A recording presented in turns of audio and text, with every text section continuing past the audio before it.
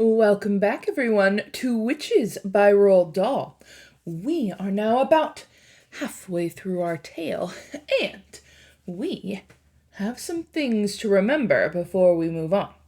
Our main character lives with his grandmama, and she knows an awful lot about witches. She once tried to hunt witches. Oh boy. She's telling our main character all about the tales and telling him how he can tell a person is a witch. Do you remember all the ways you can tell how a person is a witch? I'll quiz you again at the end of our review.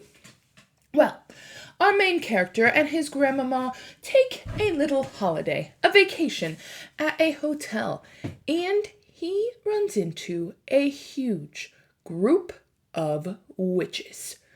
Now, he is trapped in there. They can't tell he's there at first, and he learns all about their evil plans and sees the Grand High Witch. She is the most evil and most mean of all of them. Witches, only have one goal in this story. It is to get rid of all children. Ooh. So, her scary idea is to give all the children in England, as that's where they're from, chocolates and sweets that have put a potion in them that turns them into mice. So she has all of the witches in England getting ready to give this potion out. They're supposed to go buy a sweet shop and sell it to every kid they find. They even test their potion on a boy named Bruno Jenkins, and our main character sees him get turned into a mouse and run away. Whew, it's scary. Well, before we get back to it, do you remember all the ways you can tell someone is a witch?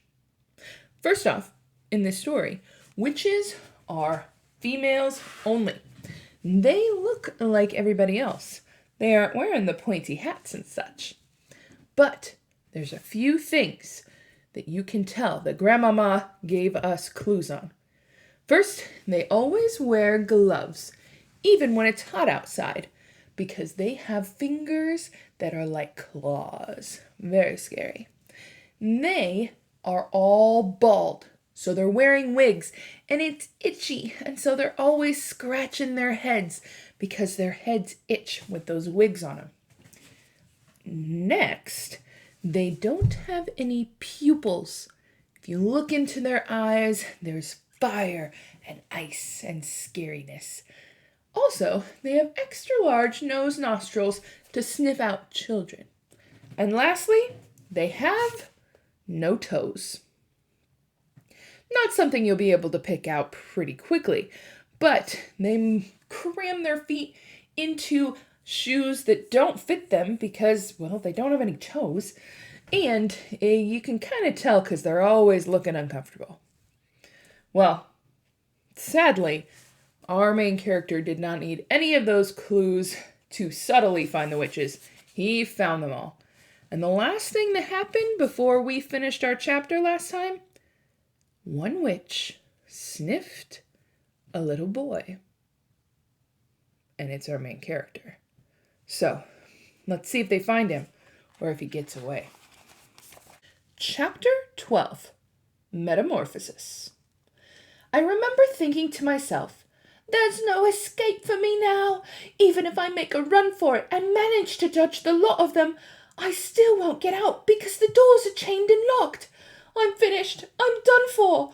Oh, Grandmama, what are they going to do to me?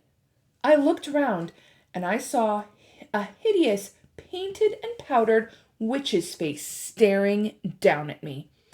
And the face opened its mouth and yelled triumphantly, "It's here, behind the screen!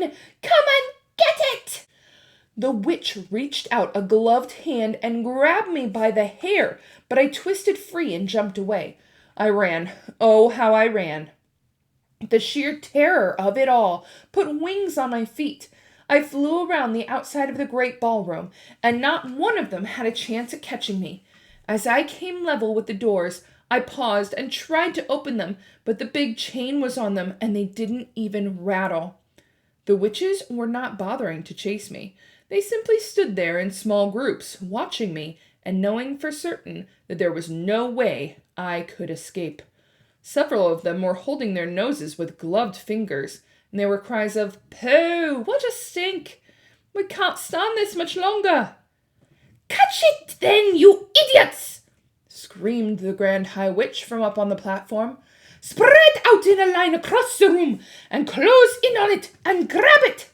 Corner this filthy little gumboil, and seize it, and bring it up here to me!" The witches spread out as they were told. They advanced toward me, some from one end, some from the other, and some came down the middle between the rows of empty chairs. They were bound to get me now. They had me cornered. From the sheer and absolute terror, I began to scream. "Help!" I screamed, turning my head towards the doors with the hope that somebody outside might hear me. "Help! Help! Help!" "Get it!" shouted the Grand High Witch. "Grab hold of it! Stop it yelling!" They rushed at me then, and about 5 of them grabbed me by the arms and legs and lifted me clear off the ground. I went on screaming, but one of them clapped a gloved hand over my mouth, and that stopped me. "Bring it here!" shouted the Grand High Witch. "Bring the spying little worm up here to me!" I was carried onto the platform with my arms and legs held tight by many hands, and I lay there, suspended in the air, facing the ceiling. I saw the Grand High Witch standing over me, grinning at me in the most horrible way. She held up a small blue bottle of mouse maker, and she said, "Now for a little medicine. Hold his nose and make him open his mouth." Strong fingers pinched my nose. It kept my mouth closed tight, and I held my breath, but I couldn't do it for long. My chest was bursting. I opened my mouth to get a quick breath of air, and as I did so, the Grand High Witch poured the entire contents of the mouse maker down my throat.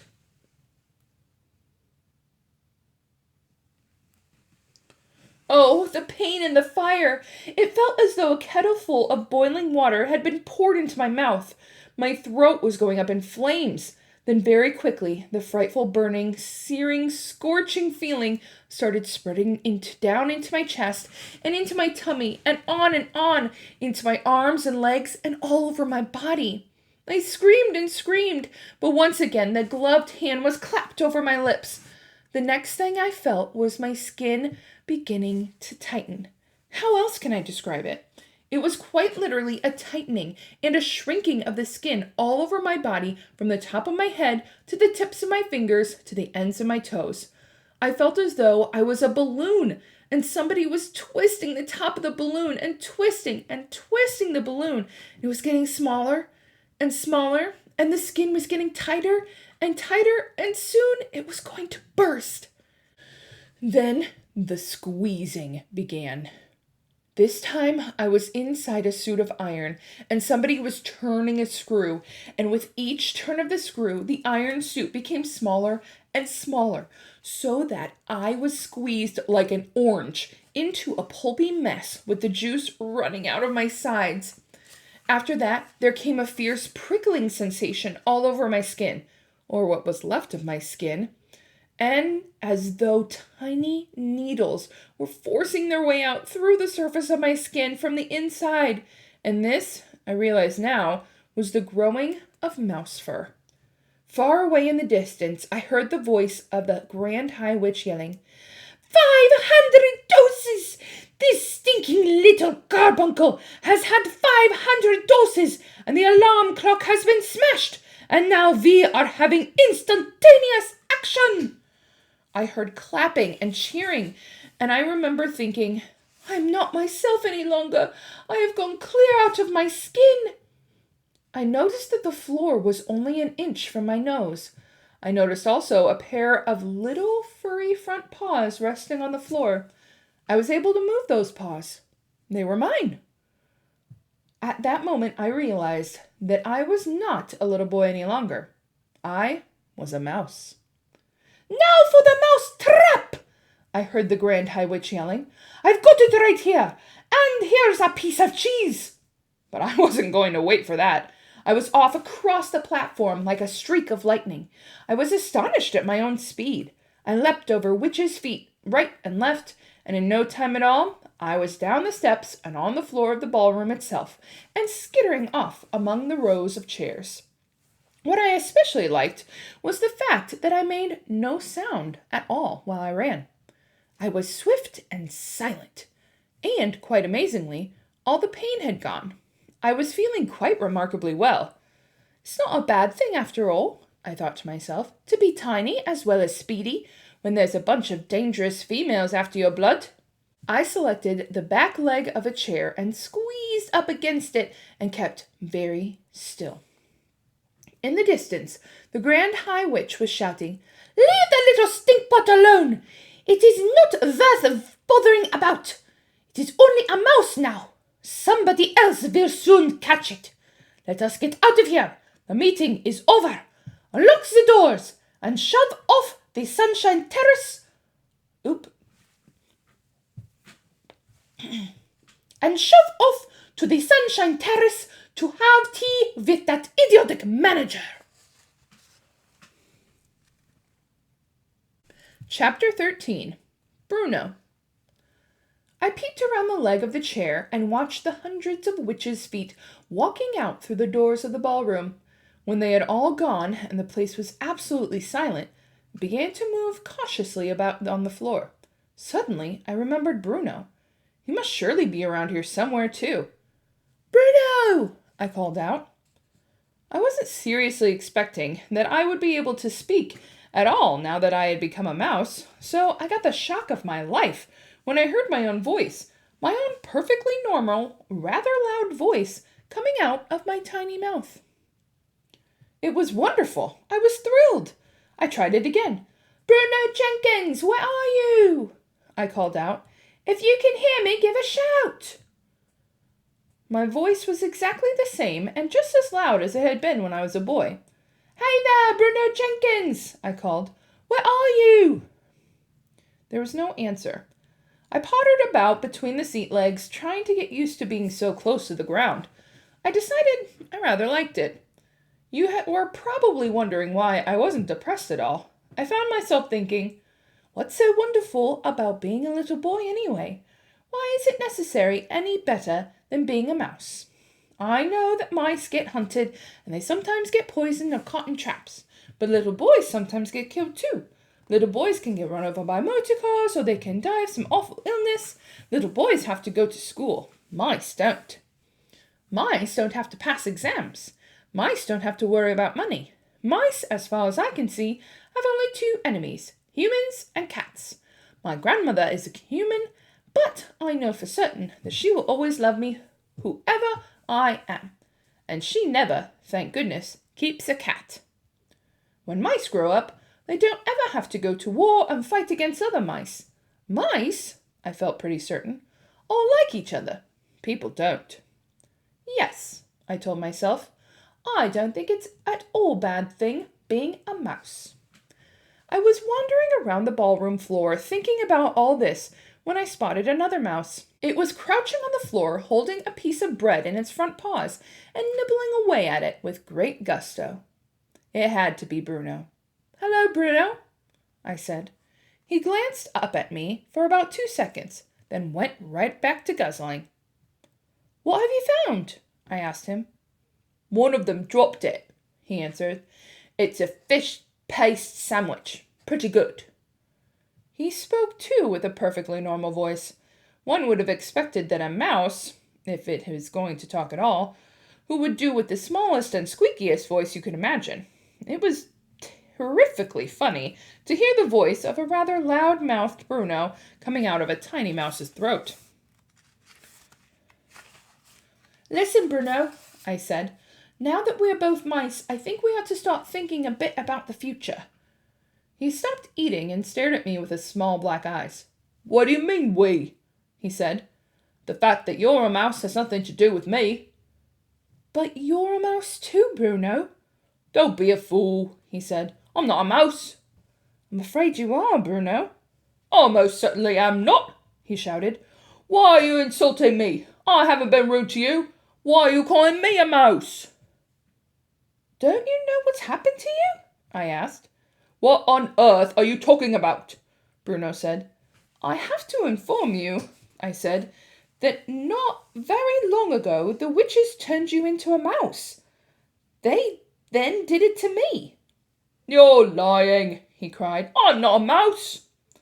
If you hadn't been so busy guzzling that sandwich, I said, you would have noticed your hairy paws. Take a look at them. Bruno looked down at his paws. He jumped. Good grief, he cried. I am a mouse. You wait till my father hears about this. He may think it's an improvement, I said. I don't want to be a mouse, shouted Bruno, jumping up and down. I refuse to be a mouse. I'm Bruno Jenkins. There are worse things than being a mouse, I said. You can live in a hole. I don't want to live in a hole, Bruno shouted. And you can creep into the larder at night, I said, and nibble through all the packets of raisins and cornflakes and chocolate biscuits and everything else you can find. You can stay here all night eating yourself silly. That's what mice do. Now that's a thought, said Bruno, perking up a bit.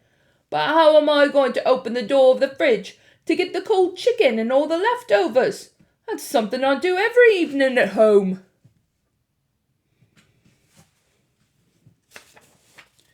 Maybe your rich father will get you a special little mouse fridge all yourself, I said. Once that you can open. You said a witch did this to me, Bruno said. Which witch? The one who gave you the chocolate bar in the hotel lobby yesterday, I told him. Don't you remember? That filthy old cow, he shouted. I'll get her for this. Where is she? Who is she? Forget it, I said. You don't have a hope. Your biggest problem at the moment is your parents. How are they going to take this? Will they treat you with sympathy and kindness? Bruno considered this for a moment. I think, he said, that my father is going to be a bit put out. And your mother? She's terrified of mice, Bruno said. Then you've got a problem, haven't you? Why, only me, he said. What about you? My grandmother will understand perfectly, I said. She knows all about witches. Bruno took another bite of his sandwich. What do you suggest? He said. I suggest we both go first of all and consult my grandmother, I said. She'll know exactly what to do. I moved toward the doors, which were standing open. Bruno, still grasping part of the sandwich in his one paw, followed after me. When we get out to the corridor, I said, we're going to run like mad. Stick close to the wall all the way and follow me. Do not talk and do not let anyone see you. Don't forget that just about anyone who catches sight of you will try to kill you. I snatched the sandwich out of his paw and threw it away. Here goes, I said. Keep behind me. Chapter 14. Hello, Grandmama. As soon as I was out of the ballroom, I took off like a flash. I streaked down the corridor, went through the lounge, and the reading room, and the library, and the drawing room, and came up to the stairs. Up the stairs I went, jumping quite easily from one to the other, keeping well against the wall all the time. Are you with me, Bruno? I whispered. Right here, he said. My grandmother's room and my own were on the 5th floor. It was quite a climb, but we made it without meeting a single person on the way, because everyone was using the lift. On the 5th floor, I raced along the corridor to the door of my grandmother's room. A pair of her shoes was standing outside the door to be cleaned. Bruno came alongside me. What do we do now? He said. Suddenly, I caught sight of a chambermaid coming along the corridor towards us. I saw at once that she was the one who had reported me to the manager for keeping the white mice. Not, therefore, the sort of person I wanted to meet in my present condition. Quick, I said to Bruno, hide in one of those shoes. I hopped into one shoe, and Bruno hopped into the other. I waited for the maid to walk past us. She didn't. When she came to the shoes, she bent down and picked them up. In doing this, she put her hand right inside the one I was hiding in. When one of her fingers touched me, I bit it. It was a silly thing to do, but I did it instinctively, without thinking. The maid let out a scream that must have been heard by the ships far out in the English Channel. She dropped the shoes and ran like the wind down the corridor.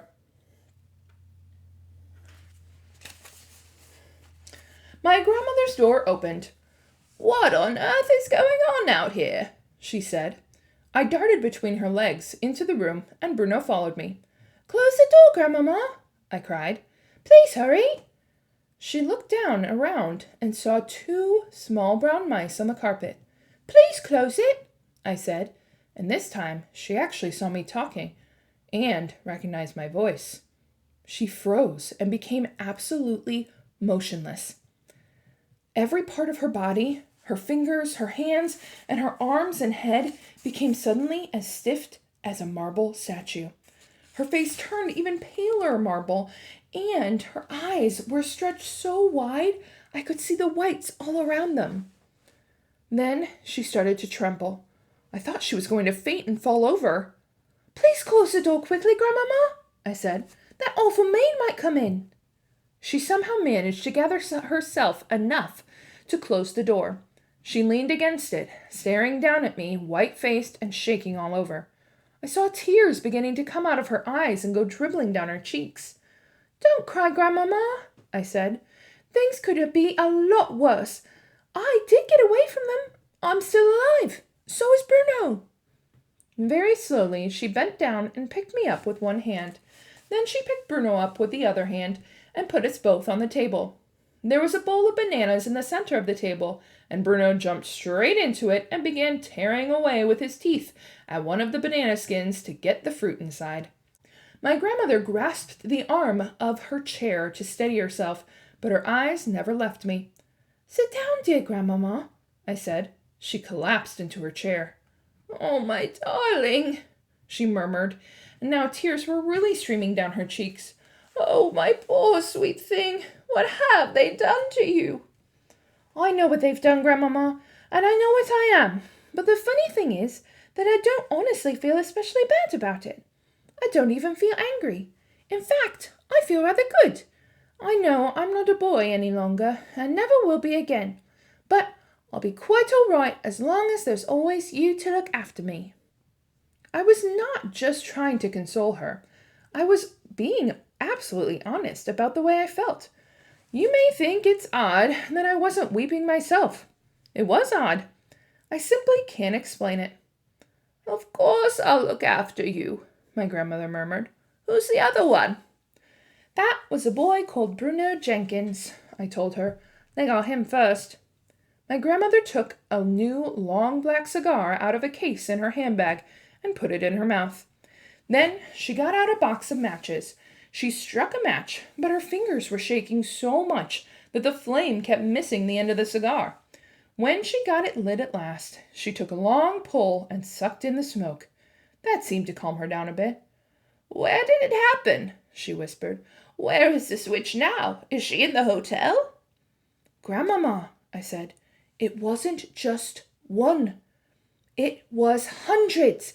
They're all over the place. They're right here in the hotel this very moment." She leaned forward and stared at me. You don't actually mean to tell me that they're holding the annual meeting right here in this hotel?" "They've already held it, Grandmama. It's finished. I heard it all. And all of them, including the Grand High Witch herself, are downstairs now. They're pretending they're the Royal Society for the Prevention of Cruelty to Children. They're all having tea with the manager." "And they caught you?" "They smelt me out," I said. "Dog's droppings, was it?" she said, sighing. "I'm afraid so. But it wasn't strong. They very nearly didn't smell me because I hadn't had a bath for ages." "Children should never have baths," my grandmother said. "It's a dangerous habit." "I agree, Grandmama."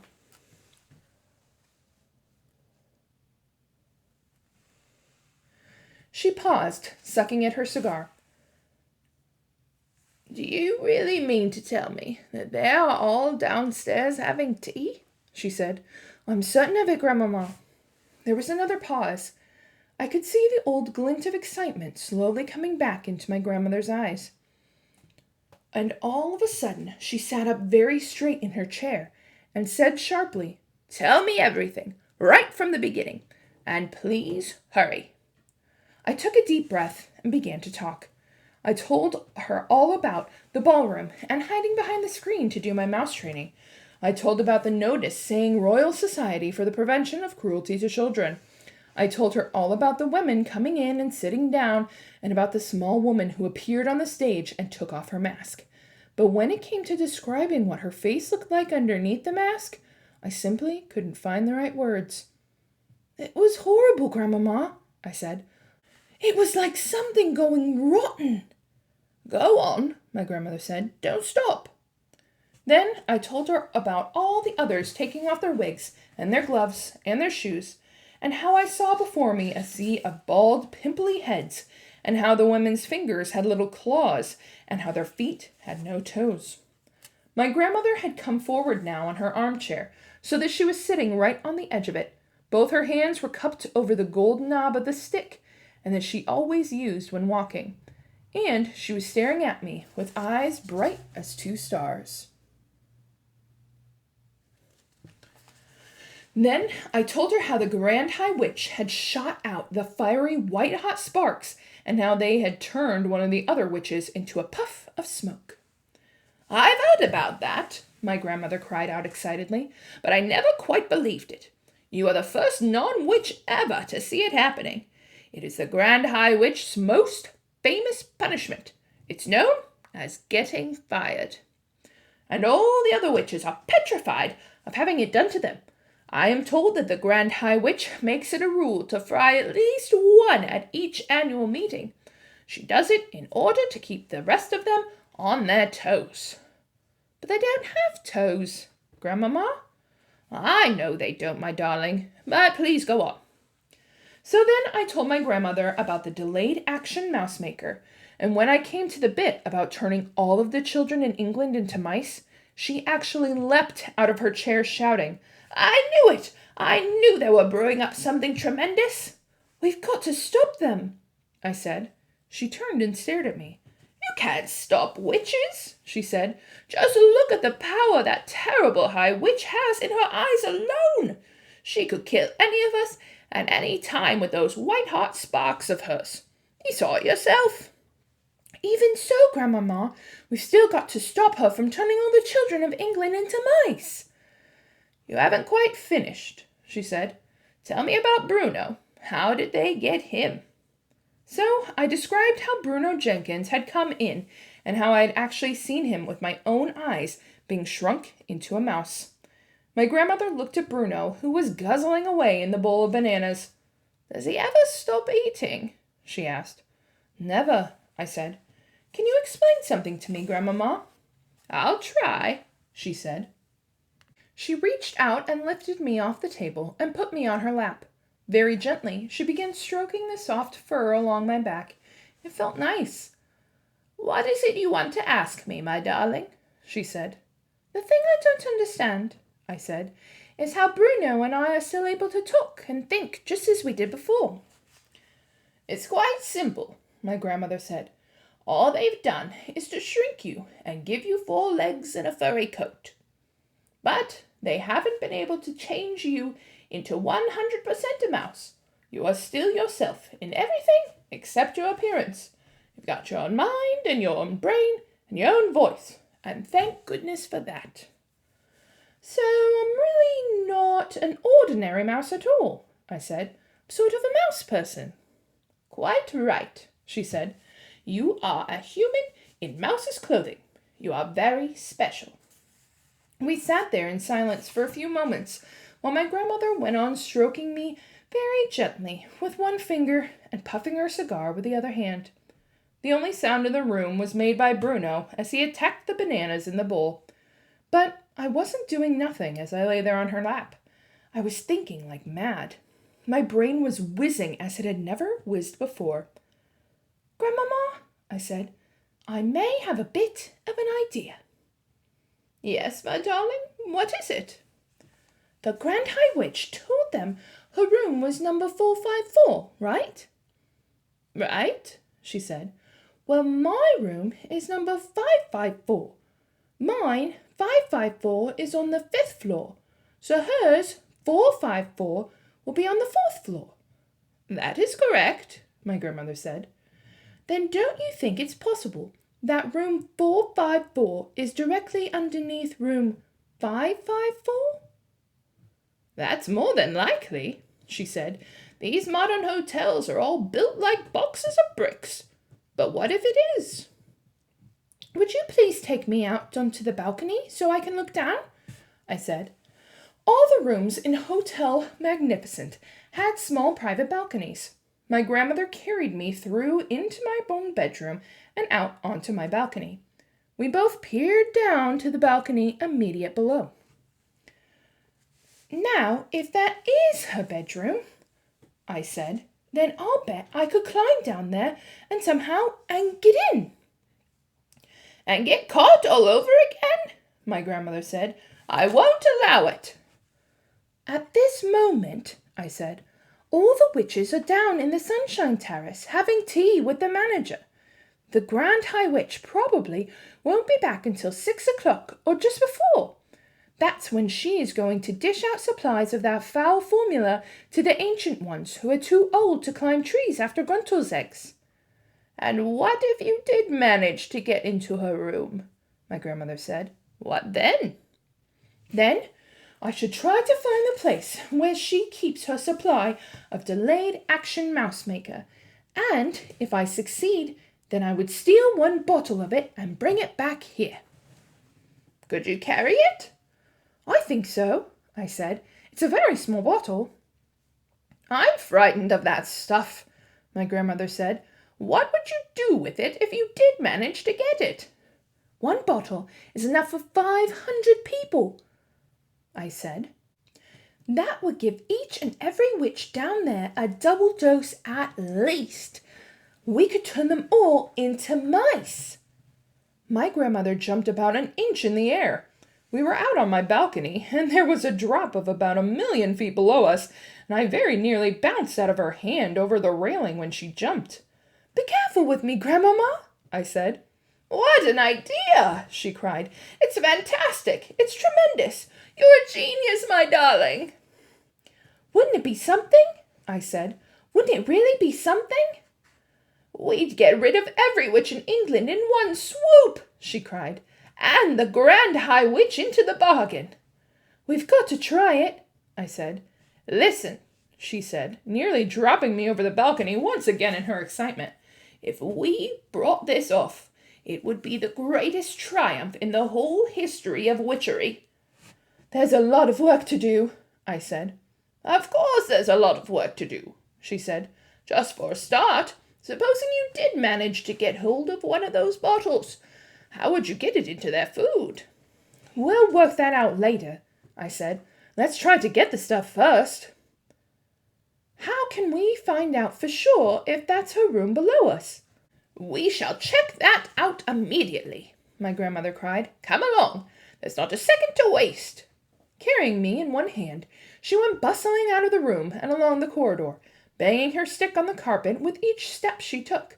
We went down the stairs, one flight to the 4th floor. The bedrooms on either side of the corridor had their numbers painted on the doors in gold.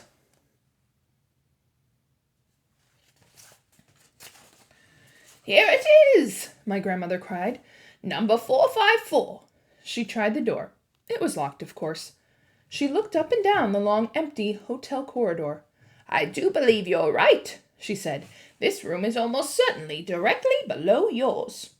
She marched back along the corridor, counting the number of doors from the Grand High Witch's room to the staircase.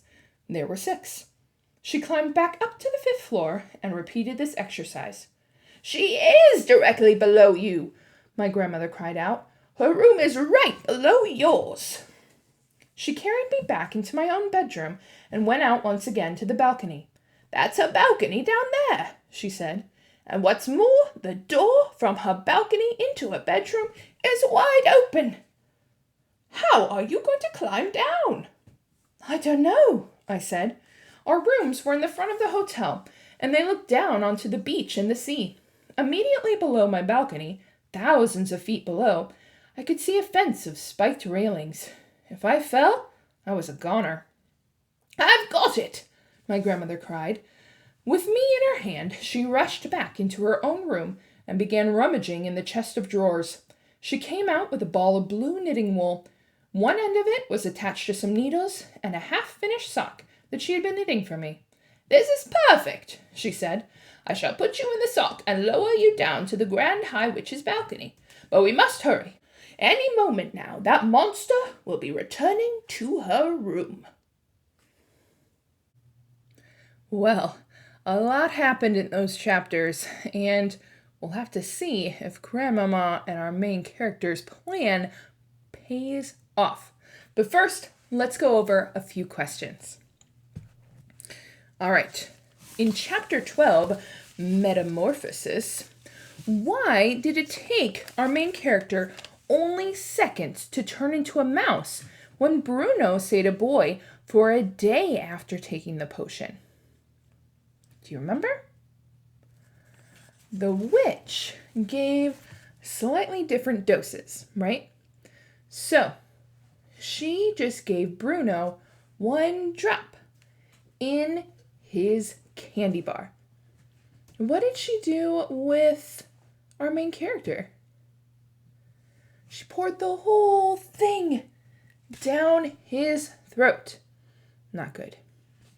So he, instantaneous, became a mouse.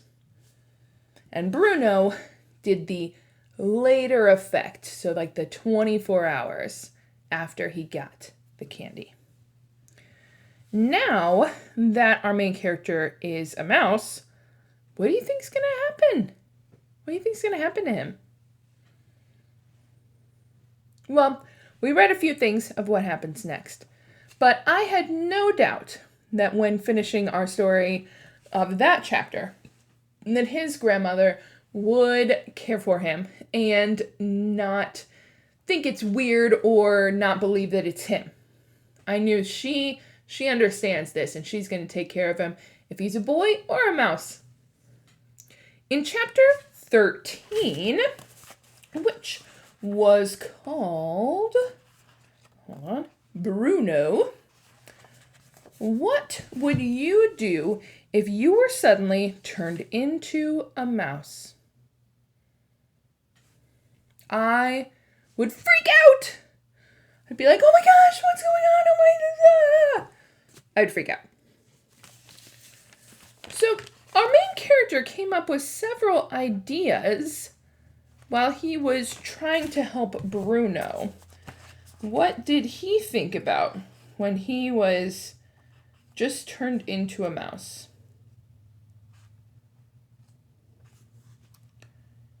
He said, well, it's just as dangerous to be a kid, and if he's smart, he'll be okay.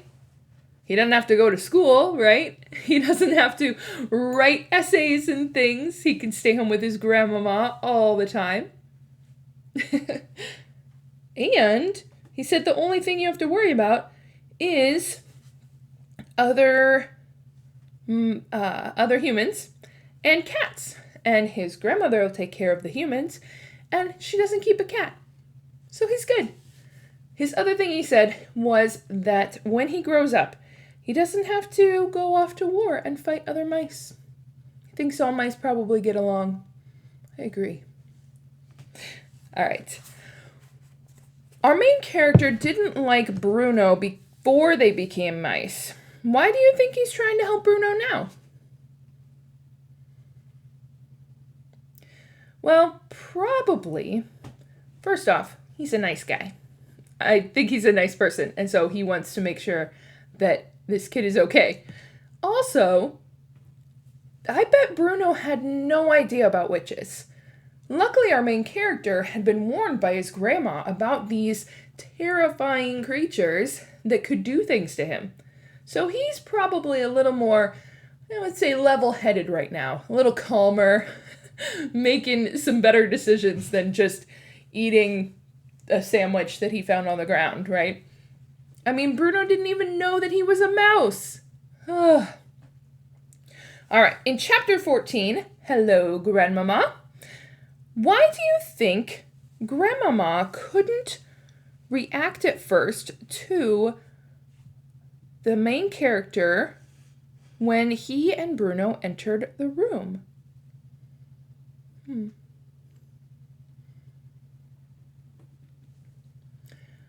I think she was panicking. She was scared and probably in shock, just trying to figure out, my grandson just got turned into a mouse, and worried, and probably feels a little guilty too, right? Because she's there to take care of him, and he got turned into a mouse by witches. She shouldn't feel guilty. It wasn't her fault. But she's probably feeling a lot of things. Do you think you would have reacted the same way as Grandmama? Yes, and then I would have screamed because I don't like mice. It would have taken me a little bit longer, I think. But Grandmama had clearly seen some strange things when she was trying to capture the Grand High Witch back in her day. How do you think our main character and Grandmama could get the potion into the witch's food? What do you think? What could they do? Well, the Grand High Witch went over their itinerary, which means their schedule for the day, right? She talked about having tea, and then they got to go back to their rooms for a bit, and then they have dinner all together in the main dining room. I think that is going to be their ticket to making this plan work. Do you think that our main character is going to be able to find the potion? I hope so, but we'll have to find out in our next chapter of Witches. We'll see you soon.